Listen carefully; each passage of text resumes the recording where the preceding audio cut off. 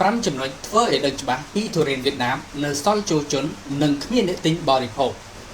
ទុរេនវៀតណាមកំពុងកោចោលពីពេញប្រទេសនិងធ្លាក់ថ្លៃយ៉ាងគំហុកដោយសារតែការពន្យាពេលនិងបិទលែងឲ្យដាក់ចូលប្រទេសចិនខណៈដែលគេតែងតែចាត់ទុកវៀតណាមជាប្រទេសនាំចេញផ្លែឈើប្រភេទនេះឈានមុខគេទៀតហើយការចុះផ្សាយដោយសារព័ត៌មាន VN Express បានឲ្យដឹងថាបន្ទាប់ពីប្រទេសមហាយៈចិនមួយនេះបន្តឹងដៃត្រួតពិនិត្យរោគសារធាតុគីមីបង្កជំងឺមហារីកការធ្លាក់ចុះតម្លៃទុរេនរបស់ប្រទេសនេះរួមនឹងតម្រូវការក្នុងស្រុកទៀតក៏កំពុងតែคล้ายជាសំណួរចាក់ស្រេះនិងការងើងឆ្ងល់ក្នុងចំណោមអ្នកស្រុកជាច្រើនជាការបញ្យល់ឲ្យកាន់តែច្បាស់អំពីមូលហេតុដែលទុរេនធ្លាក់ថ្លៃពេលខ្លះលក់មិនដាច់ក្នុងស្រុកហើយមូលហេតុដែលអតិថិជនវៀតណាមមួយចំនួនស្ទាក់ស្ទើរក្នុងការទិញមកបរិភោគពលគឺទាក់ទិននឹងសារធាតុគីមីដែលអាចបង្កទៅជាជំងឺមហារីកមួយគេឈ្មោះល្បីខាងប្រើប្រាស់សារធាតុគីមីលើឬសារធាតុបង្កើនឲ្យផ្លែឈើទុំលឿនមូលហេតុចម្បងនៃការភ័យខ្លាចរបស់អ្នកហូបគឺជំនឿថាទុរេនវៀតណាមភាគច្រើនត្រូវបានដាំដុះដោយប្រើសារធាតុគីមី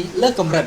ថ្នាំគីមីត្រូវបានប្រើប្រាស់ជាឧបករណ៍ពន្លឿនការលូតលាស់សារធាតុជំរុញឲ្យទុំសិប្បនិមិត្តដូចជាឧស្ម័នអេទីឡែនឬជាតិកាបូអ៊ីតនិងការប្រើប្រាស់ថ្នាំសម្រាប់សត្វល្អិតច្រើនហួសហេតុជាទូទៅមានពាក្យចចាមអារាមជាពិសេសក្នុងចំណោមអ្នកប្រើប្រាស់ប្រព័ន្ធផ្សព្វផ្សាយសង្គមនិងប្រើប្រាស់ដែលគិតពីសុខភាពក្នុងករណីខ្លះអ្នកទទួលទានរាយការណ៍ថាមានក្លិនចម្លែកឬក្រោយពេលបរិភោគរួចបំពង់កស្រាប់តែឡើងក្តៅហើយសារធាតុទាំងនេះប្រសិនបើមិនបានគ្រប់គ្រងល្អអាចបណ្ដាលឲ្យខ្សោយប្រព័ន្ធរំលាយអាហារកើតអាឡែហ្ស៊ីរលាកស្បែកឈឺកនិងពិបាកនៅក្នុងការដកដង្ហើម 2. តម្លៃលើសម្រាប់អ្នកក្នុងស្រុកសម្បូរពេកចាក់គោចោលសម្រាប់អ្នកទិញក្នុងស្រុកទុរេនគុណភាពខ្ពស់នៅវៀតណាមត្រូវបានដាំដុះជាចម្បងសម្រាប់ការនាំចេញជាពិសេសទៅកាន់ប្រទេសចិនដូច្នេះកសិករនិងពាណិជ្ជករកំណត់តម្លៃខ្ពស់ដោយផ្ដល់អាទិភាពដល់ប្រាក់ចំណេញជាងការលក់នៅក្នុងស្រុកក្នុងអំឡុងពេលនៃការនាំចេញកើនឡើងអ្នកទិញក្នុងស្រុកត្រូវបានកំណត់តម្លៃចេញជារឿយៗនៅពេលដែលការនាំចេញថយចុះជាឧទាហរណ៍ដោយសារការរឹតបន្តឹងពាណិជ្ជកម្មការផ្គត់ផ្គង់លើសតម្លៃនិងធ្លាក់ចុះប៉ុន្តែនៅពេលនោះទីផ្សារក្នុងស្រុកបានបាត់បង់ទំនុកចិត្តឬចំណាប់អារម្មណ៍រួចទៅហើយដូច្នេះហើយមនុស្សមើលឃើញផ្លែឈើថោកជាងរបស់សល់គុណភាពទាបដែលមិនគួរទិញទេ 3. ទុរេនទុំប្រភេទទាបឬទុរេនទុំសិប្បនិមិត្តទៅពេលដែលគេនាំចេញបដិសេធបណ្ដុំមួយចំនួនឧទាហរណ៍ដោយសារទំហំតូចឬទុំពេក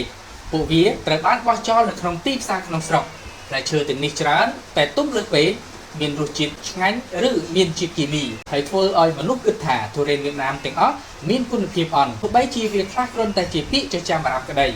4. កង្វះការត្រួតពិនិត្យគុណភាពនិងម៉ាកយីហោមិនដូចផ្លែទុរេនថៃដែលមានស្តង់ដារជាតិនិងទីផ្សារខ្លាំងទេទុរេនវៀតណាមរងគ្រោះដោយសារបញ្ហាជាច្រើនដូចជា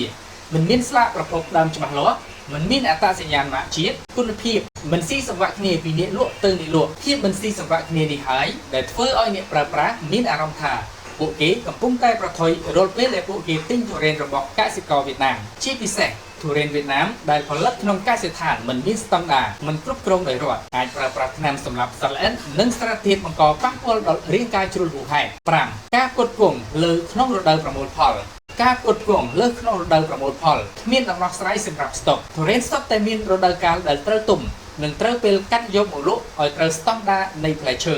ប៉ុន្តែប្រសិនបើគេគ្រប់គ្រងកសិករបង្ខំបេះមកដាក់លក់លើទីផ្សារនោះហើយគឺជាឫសគល់ធំបំផុតដែលនាំឲ្យវាកោចាក់ចោលហួសប្រមាណពេកពេលហក់ចូលទីផ្សារភ្លាមៗជាពិសេសបើគ្មានកន្លែងទុកដាក់ឲ្យបានត្រឹមត្រូវការរក្សាសីតុណ្ហភាពមិនល្អក៏អាចនាំឲ្យផ្លែឈើរលួយលឿនបង្ករោគផ្សេងៗឬគ្មានឧស្សាហកម្មកែច្នៃដូចជាទុកទុរេនកកឬអាហារសម្រន់ទុរេនការផ្គត់ផ្គង់លើសពីតម្រូវការក៏ជំរុញឲ្យតម្លៃធ្លាក់ចុះហើយនាំឲ្យមនុស្សស្ទាក់ស្ទើរក្នុងការទិញដោយសារតែខ្លាចថារបស់ថោកពេកមិនល្អក្នុងការទទួលទាន